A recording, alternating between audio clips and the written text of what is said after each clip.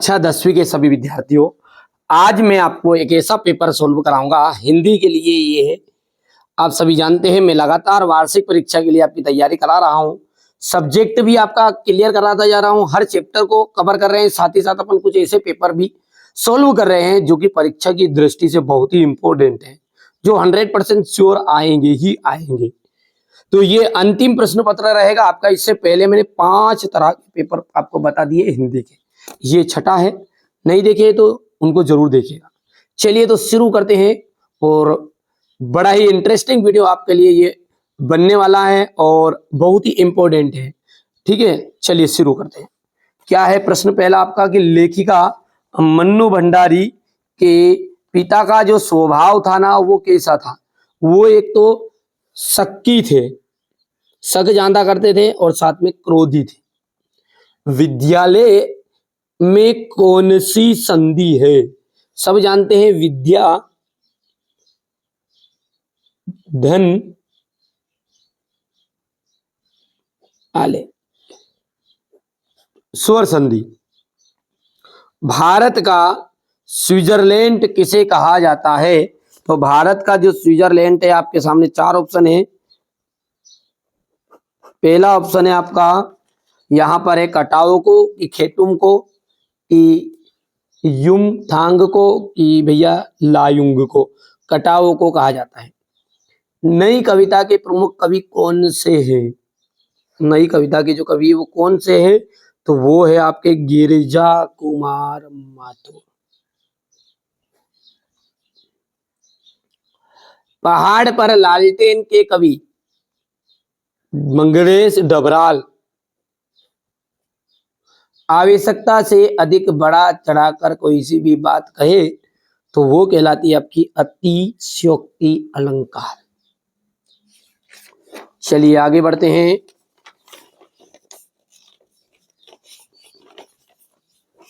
क्रिया का सीधा संबंध, रिक्त स्थान है यहां पर ये। और कौन सी क्रिया का संबंध? तो अपन बोलेंगे आकर्मक क्रिया का संबंध। कर्मक क्रिया का संबंध सीधा कर्ता से होता है।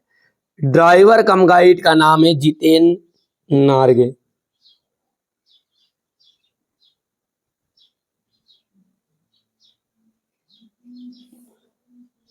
प्रेत का बयान, कवि का नाम है नागार्जुन।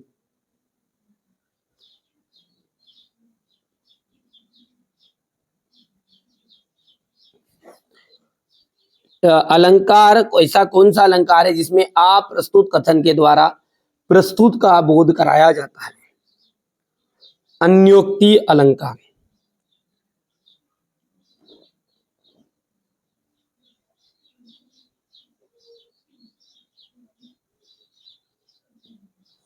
वीर रस का स्थायी भाव, वीर रस का स्थायी भाव है उत्साह। लेखक यशपाल ने रेल का टिकट डेढ़ का लिया था, सेकेंड क्लास का।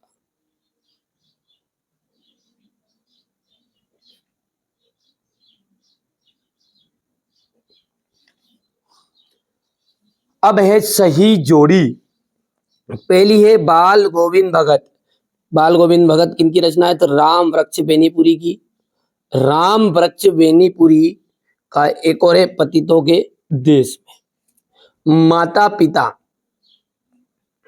माता पिता में कौन सा समास है? तो द्वंद्व समास रहेगा आपका। मैं क्यों लिखता हूं, इनके रचनाकार हमारे अज्ञे जी है। सूरदास, सूरदास का आपका रहेगा यहां पर वात्सल्य सम्राट। 24 मात्राओं का छंद, जिया जाएगा आपका दोहा। अब अगला देखिए, प्रसाद गुण का एक उदाहरण लिखिए। यहां से देखिए, तो प्रसाद गुण का उदाहरण मैंने लिख दिया कि उठो लाल अब आंखें खोलो, अरे पानी लाई हूं मुंह धो लो। जिन शब्दों में, जिन शब्दों से करने या होने का बोध होता है वे शब्द क्या कहलाते हैं? तो वे शब्द कहलाते हैं आपकी क्रिया।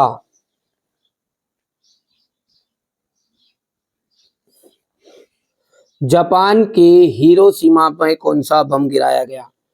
परमाणु बम।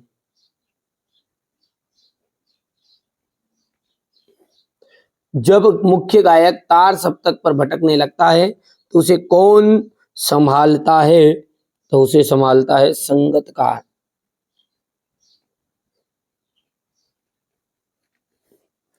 जिस छंद में 24 मात्राएं होती है उसे अपन कहते हैं दोहा। ठीक है। एक अंक वाली रचना को क्या कहते हैं? तो एक अंक वाली रचना कहलाएगी आपकी एकांकी। क्या है? एकांकी। अब है आपका सत्य असत्य। स्थानवाचक क्रिया विश्लेषण में क्रिया के काल का बोध होता है, तो ये बात आपकी असत्य है। परवर्तीय सुंदरता मन को नहीं भाती, नहीं भैया लुभाती है, तो ये बात तो ये कह रहा कि नहीं भाती, तो गलत है बता था। और क्या है? मूसन तिवारी को भोलानाथ ने चिढ़ाना शुरू किया था, असत्य है। श्री कृष्ण ने गोपियों को समझाने के लिए उद्धव को भेजा था, बिल्कुल।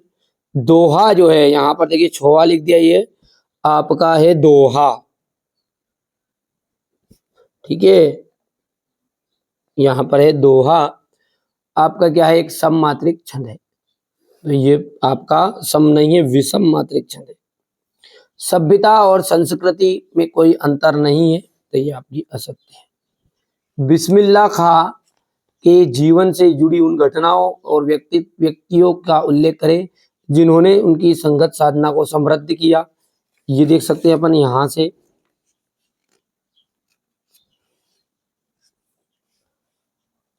ये सारे के सारे क्वेश्चन, ठीक है, सेलेक्टेड क्वेश्चन है, ऐसी चीजें बता रहे हैं। चैनल पर आप बने रहिएगा, कोई सी भी खास जानकारी आ जाती है वो भी बताऊंगा, पर मैं जो तैयारी करा रहा हूँ ना उसको तो आप बिल्कुल कर ही लीजिए।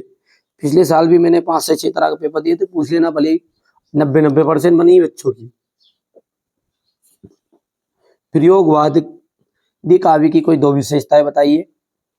तुलसीदास अथवा सूर्यकांत त्रिपाठी निराला की काव्यगत विशेषताएं बताइएगा। कविता में बादल किन किन अर्थों की ओर संकेत करता है? बच्चे की मुस्कान और एक बड़े व्यक्ति की मुस्कान में क्या अंतर है? उद्धव के व्यवहार की तुलना किन किन से की गई है? हो गया। खंड काव्य किसे कहते हैं? 2 खंड काव्यों के नाम। भयानक रस की परिभाषा लिखिए। दोहा छंद की परिभाषा लिखनी है। संचारी भाव किसे कहते हैं? इनकी संख्या कितनी मानी गई है? ये हो गया आपका क्वेश्चन नंबर 17, 18। अनुच्छेद हो गया है ये क्वेश्चन नंबर 20। जहां से अपन देखेंगे क्वेश्चन नंबर 21, 22 और ये क्वेश्चन नंबर 23 और ये इसका अथवा। इन क्वेश्चनों का पूरा सॉल्यूशन मैं आपको है ना बहुत ही जल्दी प्रोवाइड कराऊंगा। ठीक है, मैंने आपको ये पेपर आपको समझा दिए हैं, ये आप सब जानते हैं।